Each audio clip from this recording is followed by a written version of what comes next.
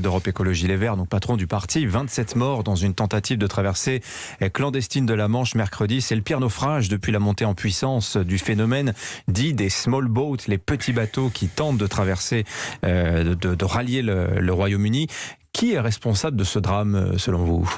C'est un drame horrible et qui est en fait l'aboutissement finalement d'une période de plus de 10 ans, plus de 15 ans où en fait on a un blocage.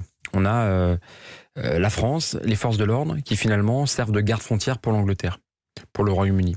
En vertu des accords du Touquet, de Sangatte, signés il y a 20 ans. Qu'il faut dénoncer, voilà, tout simplement. La France, le gouvernement, harcèle les migrants. Moi, je rejoins le constat des associations que je salue, l'Auberge des migrants, Utopia 56 et les autres.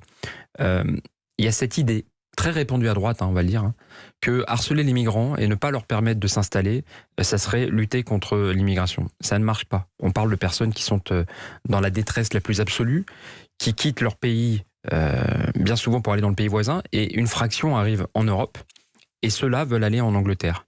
Nous devons dénoncer les accords du Touquet, c'est ce que réclame Yannick Jadot, et organiser des voies sûres de passage, tout simplement.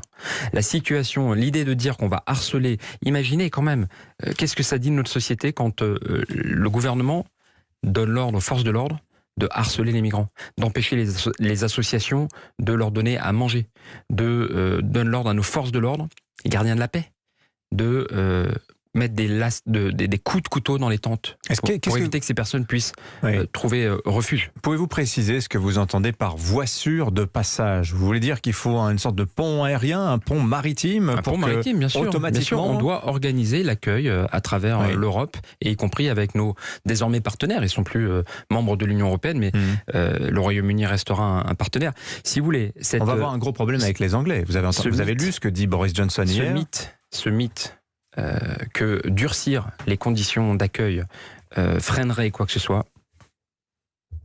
c'est un mythe. Voilà, depuis 15 ans dans cette région, dans le nord, on nous a parlé de la jungle de Calais, c'est des conditions humaines absolument désastreuses. Et depuis 15 ans, rien n'avance. Mais qu'est-ce que vous en faites des migrants ?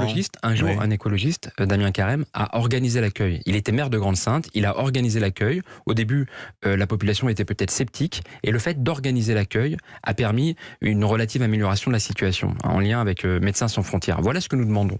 Quand vous dites organiser l'accueil, vous pensez à quoi ? Accueil provisoire, le temps de tenter la traversée ?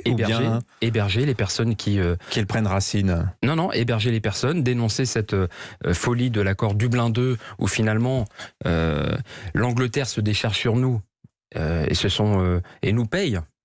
Nous paye pour durcir la situation à l'égard des migrants. Les forces de l'ordre françaises essayent de renvoyer les migrants en Italie. Et ainsi de suite jusqu'à la Turquie. Et on paye la Turquie pour contrôler les frontières. Ce mythe du durcissement, comme quoi ça réglerait la question, c'est complètement faux. J'entends ce que vous dites, sous-entendu, le fait de rendre les conditions de stagnation dans la région de Calais invivables, avec un harcèlement en soi, effectivement, ça peut paraître choquant. Mais qu'est-ce que ça dit de notre société ? Qu'est-ce que ça dit de notre société ? Nos forces de l'ordre, qui sont au petit matin, qui débarquent et qui mettent des coups de couteau dans les tentes. Vous voyez ce que ça veut dire ?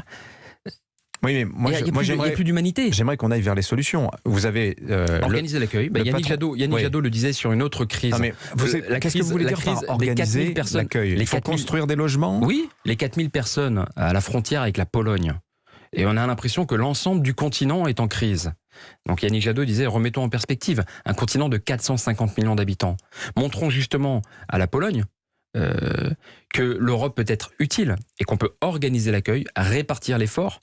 Tout l'enjeu, c'est de ne pas laisser les voisins, la Grèce ou l'Italie, ou le nord de la France, concentrer la grande partie des migrants. Répartissons l'accueil, répartissons l'effort. Vous savez qu'il y a des belles histoires dans l'accueil des réfugiés, dans des villes, dans des villages même ruraux, où l'arrivée d'une famille a permis de maintenir l'école, par exemple. Je crois vraiment qu'il y a Il y a ces belles histoires, il y a aussi tous ces Français qui voient une menace à terme pour l'identité de la France, qui s'inquiètent. C'est faux, tout simplement. Une cohabitation difficile, par moment. C'est faux. C'est justement le fait de ne pas organiser l'accueil qui pose des difficultés. L'expérience racontée par certains Français, ces ressentis, ces inquiétudes, c'est faux. Vous balayez ça d'un revers de main. Mais oui, en tout cas, je connais peu de personnes qui parlent au micro et qui disent avoir eu des difficultés. Il y a beaucoup de fantasmes. Il y a des personnes qui sont prêtes évidemment à remettre en cause l'immigration et même le fait que des personnes soient nées françaises. Et il y a bien sûr un racisme absolument décomplexé. Et nous disons, cessons de considérer l'immigration comme l'alpha et l'oméga de tout le débat public et organisons l'accueil. Est-ce que c'est être